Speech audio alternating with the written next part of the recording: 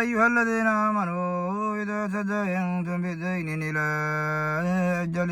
مسمى فاكتبوه وليكتب بينكم كاتب بالعدل ولا يأب كاتب أن يكتب كما علمه الله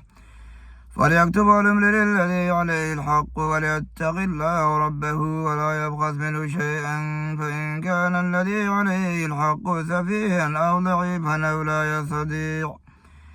أن يمل هو فليملل وليه بالعدل واستشهدوا شهيدين من رجالكم فإن لم يكونا رجلين فرجل وامرأتان ممن ترضون من الشهداء أن تضل إحداهما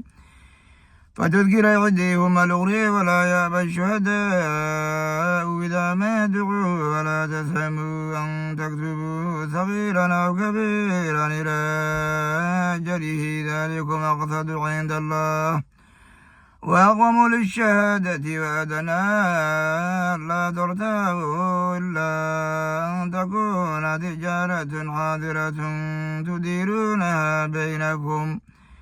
بينكم فليس عليكم جناح ألا تكتبوها وأشهدوا إذا تبايعتم ولا يضار كاتب ولا شهيد وإن تفعلوا فإنه فسوق بكم واتقوا الله ويعلمكم الله والله بكل شيء عليم وإن كنتم على سفر ولم تجدوا كاتبا فرهن مقبوضة فإن من بعضكم بعضا فليؤدي الذي اؤتمن أمانته وليتق الله ربه ولا تكتموا الشهادة ومن يكتبها فإنه ولا تكتموا الشهادة ومن يكتمها فإنه آثم ومن يكتمها فإنه آثم قلبه